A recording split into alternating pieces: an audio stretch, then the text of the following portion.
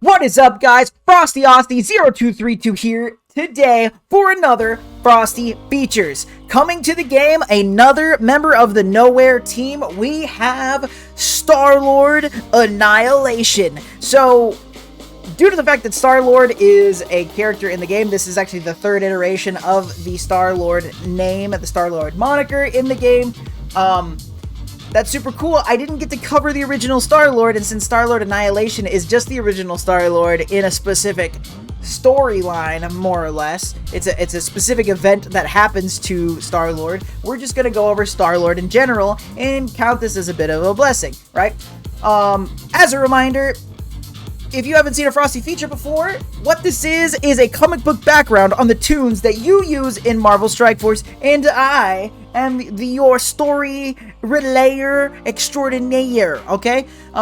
So we're gonna go down a comic book background. We typically stick to the Marvel 616 canon, the main Marvel continuity, and as a reminder, a lot of these characters have been around for a long time, so it's very hard for us to hit all of the events or all the big points. So, especially with a character like Starlord, there's a bunch going on, mostly recent, oddly enough, but we aren't gonna be able to hit everything. So, let us dive in. According to Scobly, Starlord Annihilation, after nearly being killed in an attack by the Phalanx Empire, Starlord had his cybernetics removed and was nursed back to health by the Kree. Fully recovered Starlord led a team of heroes including Nova, Gamora, Rocket, and Drax on a mission to stop the Phalanx invasion of the Kree Empire. We'll talk about this in a bit. So this is just a snip from the blog where they introduced the character. This was all the story they gave, right? And they probably didn't feel the need to add an additional story because it's Starlord, right? Everybody knows him from the MCU and stuff. So yeah. So here's the man of the hour, Starlord, in his original costume. So this is when we say his original costume. This is pre-Guardians, but it is post original Starlord, right? Name: Peter Jason Quill. First appearance is Marvel Preview number 4, 1976. So for those of you in the back who might not be aware, for Frosty Features, I do a lot of research to make sure that I update, that I not only give the correct information, because if I just knew everything, I'd probably get a lot of things wrong, right? So I double check the things that I already know. A lot of what we're talking about is stuff that I already know. Some of it's stuff that I researched, whatever. I wanted to throw out that depending on where you read, if you go online and you're looking for the first appearance of Starlord, there's other things that people say, oh, that's not actually Starlord, whatever. So this is, however much my opinion is worth to you, this is the first appearance of Starlord. That is the first appearance of Peter Quill in the comic books. Okay? So, it's a whole thing. But more or less, he starts off as we'll talk about it a little bit. He starts off as a different character, but he's the same character. He's still the same type. It's just his origin changes heavily after the fact, and so a lot of what comes after changes, but it is Peter Quill. He is Starlord. He's running around doing Han Solo kinds of things. For those of you who might be in the know, Starlord's just Han Solo, pretty much. It is what it is. Powers / abilities. So, and he has an enhanced physiology because he is not fully human. He's half human, half Spartax. He uses an element gun, so part of his Spartax physiology and some things that kind of come up as it moves on, he can use essentially his physical energy to power his gun, and his gun shoots out different. So in the MCU, it's more like just kind of a blast or like a beam laser kind of situation, or some sort of concussive blast, I guess. But in the comics, it is he can shoot different things like fire, ice, stone, things like that. Elemental gun. And he has semi-cosmic awareness, so he can use that to communicate with various beings on a small scale. Not cosmic awareness to the point where he's super powerful, but just enough that he knows more. He knows more than the average Joe, right? So that's important to keep in mind. But outside of that, I do, just to back up a little bit, outside of that, he does not have much as far as power is concerned. He pretty much is just a pretty strong guy, right? Aliases: Nova. There's a small stint where he is of the Nova Corps. People just refer to him Pete. And Master of the Sun is something that comes up in the OG storyline of Starlord, and then they went back, redid it, and then it comes up in the now version of Starlord. So that is something that comes up as well. Master of the Sun being that's the star he's the lord over, essentially. Yes, and also that's also where he derives his name. So, affiliations. Obviously, Guardians of the Galaxy. That's super important. He's actually a part of Infinity Watch for a short period of time. Obviously, the Ravagers. He runs with the Ravagers, just like in the MCU. The Nova Corps, he's a part of. I already referred to that. And then the Imperial Kree Army. We're going to talk about... So, part of Frosty Features, we do our notable events. Because we have things like Thor, Infinity War, and Star-Lord Annihilation, I have to talk about Annihilation, right? So... we will talk about that, but post-Annihilation, Peter Quill is working for the Imperial Kree Army. So that's something that we need to keep in consideration moving forward.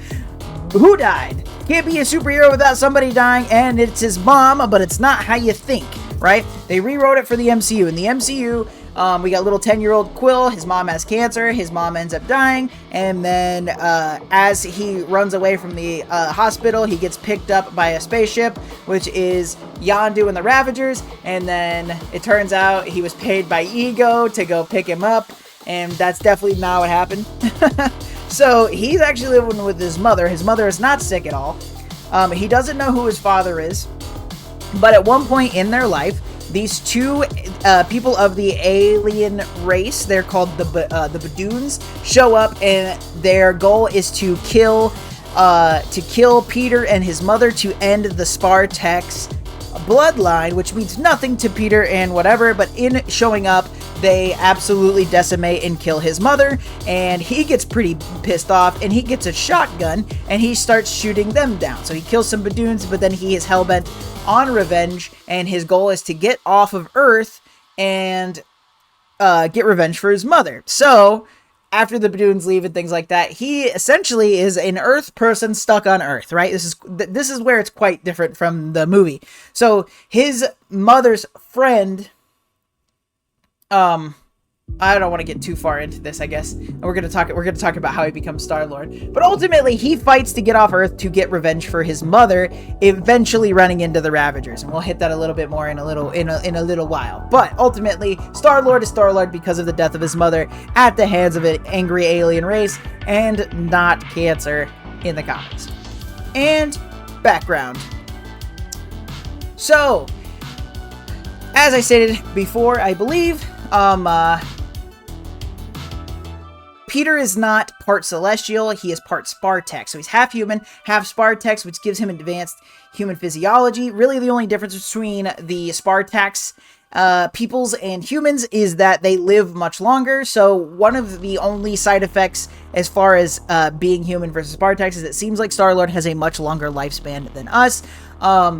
Also, his origins, we usually talk about where they're from. The only common thread is that he's from the United States, but depending on which retcon you read, he could be in Ohio, he could be in Missouri, he also could have been born in some other places. I want to say there's 3 different options. Missouri, I believe, is what the MCU went with, and I believe the original statement is Ohio in the comics, but it's a little confusing, and it's a little all over the place, but he is from America, and he's from Earth originally, right? So that's a thing. So with that, Jason of Sparta. So, or Spartax. I've always known him as Jason of Sparta, but Spartax seems to be like the thing that everybody's calling it now. I believe that's a retcon. I believe it used to be called Sparta. Fact check me. Let me know in the comments if I'm just wrong about that. A billion times. It's all good. Regardless, Jason of Sparta is actually Peter Quill's father, not Ego. Once again, the Ego situation and him being half Celestial is something crafted by the MCU, and it changes the character a little, but not too bad. So Jason of Sparta, he is the emperor over Sparta, and this is essentially a race of people that have decided that they rule over the galaxy. Jason is, he wants Meredith Quill, which is the same name as the MCU, when she gets pregnant, he ends up he doesn't know she's pregnant, and he has to leave, not because he's doing some weird world conquest where he's trying to bore the perfect kid, like in the MCU. He has to leave because the Spartax are in a civil war, a big civil war, and he has to go and fight in it. And after he leaves, that's when Meredith finds out that she's pregnant, and he isn't able to return. But after Star-Lord gets out and about, he ends up running into his father quite a bit, and his dad's like, hey, you're my son, you need to come and rule by my side. And Peter's like, heck nah, Dad. And they have a very strained and bad relationship, and it kind of goes back and forth. But ultimately, Jason is he's very similar to Star-Lord. They look almost exactly the same, but Star-Lord resists being a prince, more or less, because he doesn't believe that people should be ruled. So that's something that comes up a lot, and a lot of the stuff, if you read, there's some really cool podcasts out there. The Wastelanders series, Old Man Starlord, is super cool, and it actually refers to, it goes into depth a little bit on the details of his relationship with Jason. So definitely check it out. Interesting character. He's not in a whole bunch. He only really pertains to Starlord. Yeah. And the ally known as Ship. I want to point this out. Okay, so before Guardians of the Galaxy, Star-Lord was he's a solo artist. He went and did all his adventures on his own, and he had a really weird partner who'd often embodied themselves as this female presenting being. But what it is it is his spaceship whose name is actually Ship.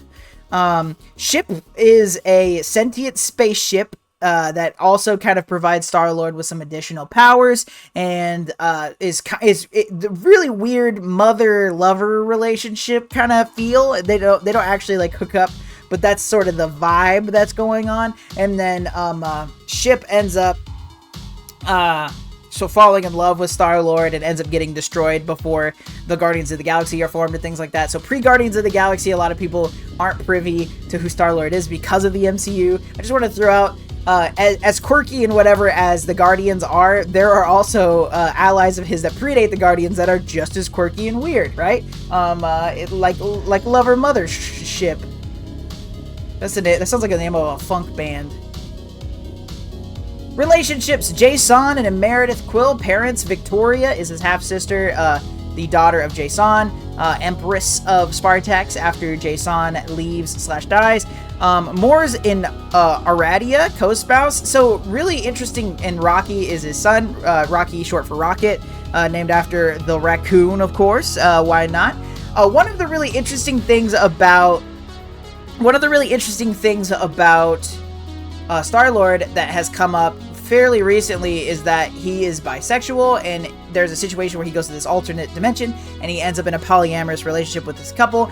Moore's an Aradia, and he ends up getting Aradia pregnant and therefore having Rocky, but then he ends up getting pulled out of that dimension, and then they've never actually went back to that storyline or referenced it at all. So there's a chance maybe in the near future we see Rocket Quill coming out of nowhere and being some sort of hero type, or maybe not. Maybe it's just something that's never explored again, but it's kind of interesting nevertheless. Notable events becoming Star-Lord. So there's our picture of Ship. So back to the story I was telling before. I was getting really into it, right? So Meredith and Quill living happily ever after before the story starts. Everything's great. She's a single mother, just, working to provide for a kid, and they're making it. The Bon Jovi dream.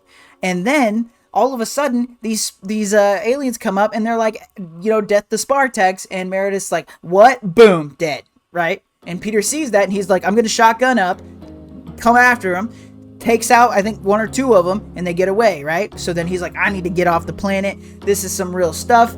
So as he's on, so he no longer has parents, so he gets put into an orphanage system, but he keeps in contact with his mother's friend, Lisa Chang, who also is the mother to Monica Chang. So if any of you who read comics, that's kind of a significant thing, shield-wise. But so anyway, she starts working for NASA, and she gets Peter.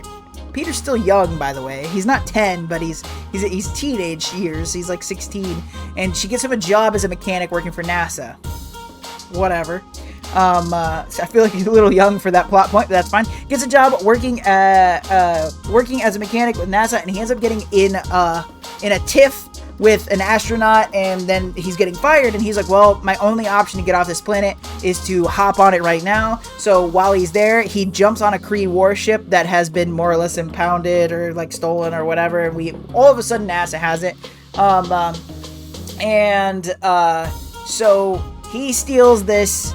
He steals this Kree warship, and he gets out into space. He's like, yeah, I'm in space. This is so cool. And then his spaceship breaks down. This Kree warship breaks down, and that's when he runs into the Ravagers. The Ravagers show up, and they're like, yo, we're gonna steal your spaceship. Don't really care who you are. You got two options. I can kill you now, or I can shoot you. And this is Yondu speaking to Peter, by the way. This is also quite different than the MCU. He says, I can kill you now, or I can shoot you into space, and you can deal with that later.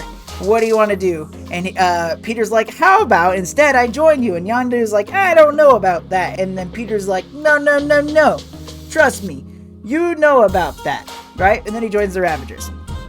So originally, I just want to throw out, so that's the new origin. Originally, he is, we see him in that, his parents get murdered and he ends up in space, and then he ends up spacefaring on his own, and he becomes essentially Space Jesus, a very Punisher-esque character. He's like running around trying to kill a bunch of people, trying to get to these Badoon types, and he's running around doing all these adventures with ship, right? So with the Yondu, when we see the Ravagers storyline intersected, that's where we see he has this false past, and he doesn't know what he remembers and all this stuff as it moves on in time, and he doesn't like remember ship necessarily, but ship ends up coming back, and it's a thing. So ultimately, in this original becoming Starlord thing, there's this character called the Master of the Sun, and the Master of the Sun chooses somebody to have the moniker of Starlord, and chooses Peter Quill. And it turns out that and this all goes back on itself. So this is his original. This is what, when I say this was overly complicated, this is where it is in the original run.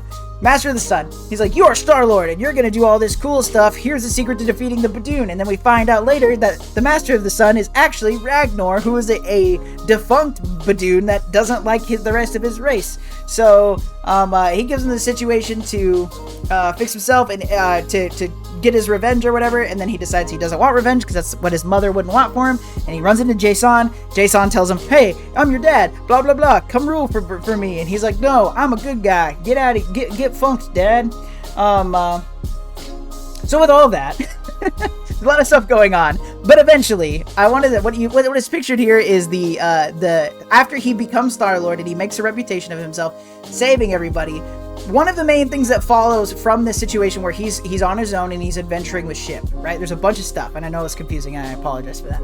What I wanted to get to, he's got all this stuff built up, and he gets a reputation as Starlord, and that reputation means something. There's a situation where one of the Heralds of Galactus, known as the Fallen One, he's no longer the Herald of Galactus, and he's really pissed at Galactus for obvious reasons. So the most logical thing you could possibly do in this situation, from the perspective of the Fallen One, is, hey, Galactus needs to eat all these planets to survive. I can't beat Galactus, but I can destroy all these planets.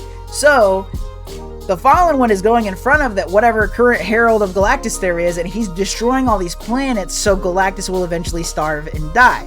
So Starlord takes issue with this, and he's like, I'm pretty strong. That guy can't be that bad. I'm gonna go fight him. And for anybody who knows anything about power scale, if you play anything other than Marvel Strike Force, or if you ever read a comic book or seen the MCU at all, there's this fun thing called power scaling, and the character of Starlord in character really doesn't know or care what that is, right? Just kind of goes for whatever, and he decides, hey, I'm gonna go kick this dude's butt, this Fallen One. And so he shows up and gets absolutely and utterly decimated, because the Fallen One is very highly cosmic scale type person, and ends up getting straight up destroyed, whatever. And then so Peter's like, oh wow, that sucked, and he survives.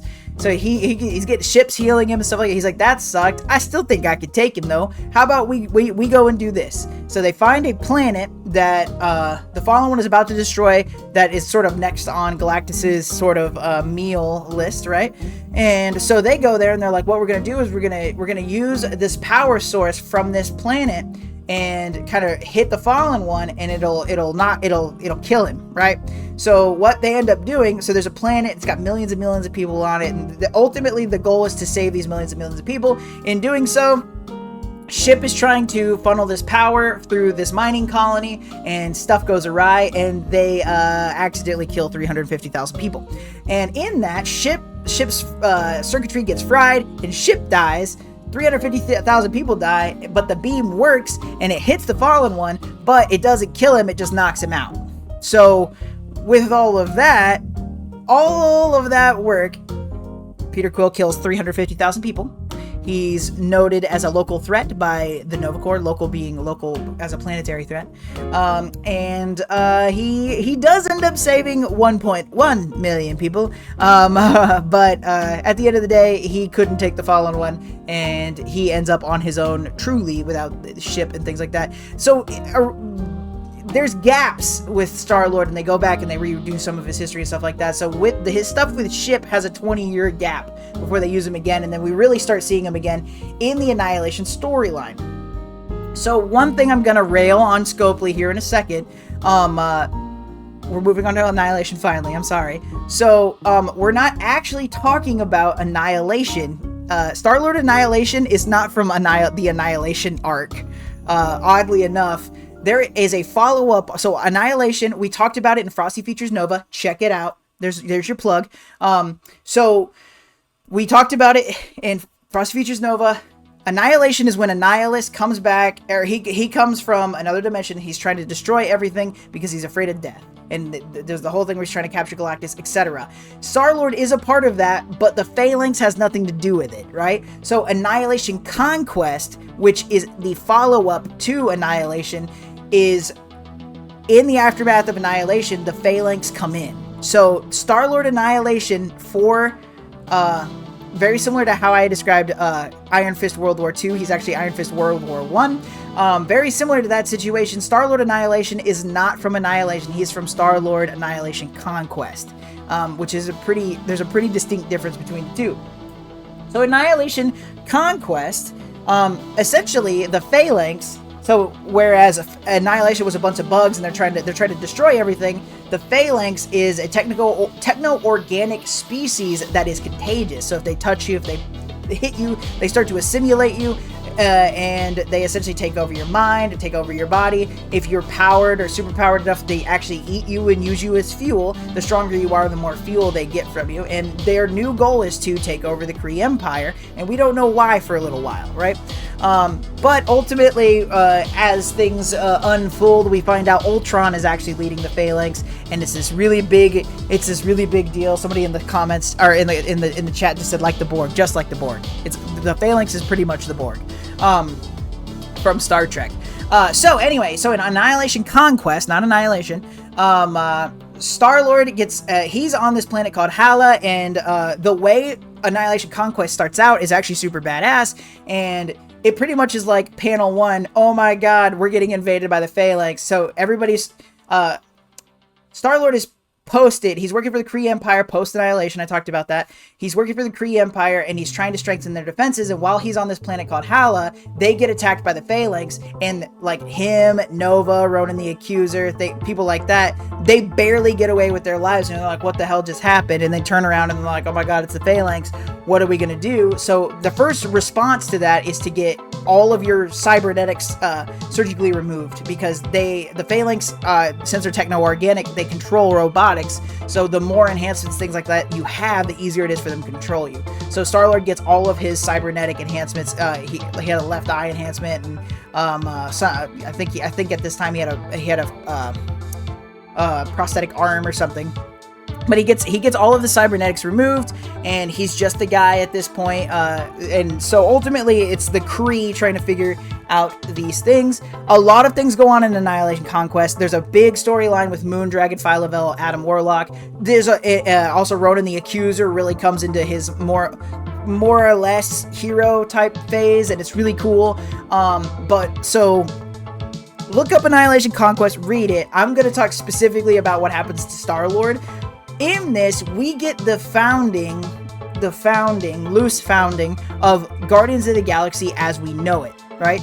So, I want to throw out Nova's involved, not a part of the story we're going to tell. He comes in at the very end. Gamora is not in it at all.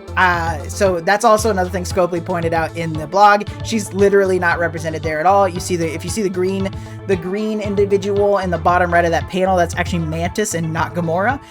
So Gamora is actually not involved in this whatsoever. But what happens is, so he has the surgery to remove it, and then there is a one-shot situation where the idea is that they will infiltrate the Phalanx base and try to get information on essentially the Phalanx disease, more or less, so that they can try to copy the biometrics or whatever. They're gonna science it. They're gonna use science magic and make a cure for the Phalanx disease, right? So they put together a team that is made up of Kree, which is made up of like Kree prisoners, and these at the current time are Rocket Raccoon, Groot, Mantis, and then a bunch of people that we've probably never heard of. Bug and Captain Universe are all this big group, and it's pretty fun. There's a lot of hilarity. The panel I got right there is actually my favorite one, but ultimately he's like, we've got to infiltrate this base, and we're gonna be heavily outnumbered, and there's a really good chance we're gonna die. Are you with me? And they're all like, no. And he's like, well, we're gonna do it anyway. That's what he says at the bottom. He's like, well, let's go anyway. And so they go, and they go in, and they succeed. They succeed and then fail, but they're in there long enough for Captain Universe to like get the information he needs, and then they escape. And then they're like, okay, well now there's this big thing called the Spire, and that's the new base. And they're like, we're gonna go put bombs in the Spire and blow this mug up. And then they go in there, and Captain Universe gets destroyed pretty fast. And then we also have another person. Sorry. Oh, and Deathcry was another member. Deathcry gets killed. Captain Universe gets killed. Peter gets captured, and when he gets captured, he's about to get killed by Ballstar, which is a resurrected guy from Annihilation, who's being controlled by the Phalanx, and he's about to get killed. And then Ultron shows up, and he's like, nah, I'm pretty pissed off right now. I want to torture somebody. So he tortures Peter Quill, but then eventually Bug and Mantis save Peter, and they get out of there once again. And in doing so, Groot expands himself, wraps himself around the Spire. He turns into a giant kaiju Groot, and he wraps himself around the Spire, and he blows himself up once again, doing Groot's main thing. He does it in the movies too. He sacrifices himself for her heroic act, but we find out later that a little piece of himself broke off, and he became a little baby Groot, running out of that. But this is how we see Guardians of the Galaxy first come together. The Spire blows up. Everything's great. And then, so for the Guardians, more or less, for Peter, the story sort of ends there. Immediately after, once again, whole thing with Adam Warlock, but Adam Warlock shows up, but it's Ultron controlling his body, and he one-hit kills Mantis in the head, right? And everyone's like, oh no! And then Nova shows up. Nova and Phyla-Vell show up. They start kicking butt. Adam Warlock gets control of his body. There's a giant Ultron involved. You just gotta read it. It's super cool. It's super fun. But at that point, Peter Quill's not really in it anymore. But that's his whole arc with Annihilation Conquest, and that's the character that fits to the description that Scopely gave. So it is not supposed to be Starlord Annihilation. It is Starlord Annihilation Conquest. I don't know why they did that.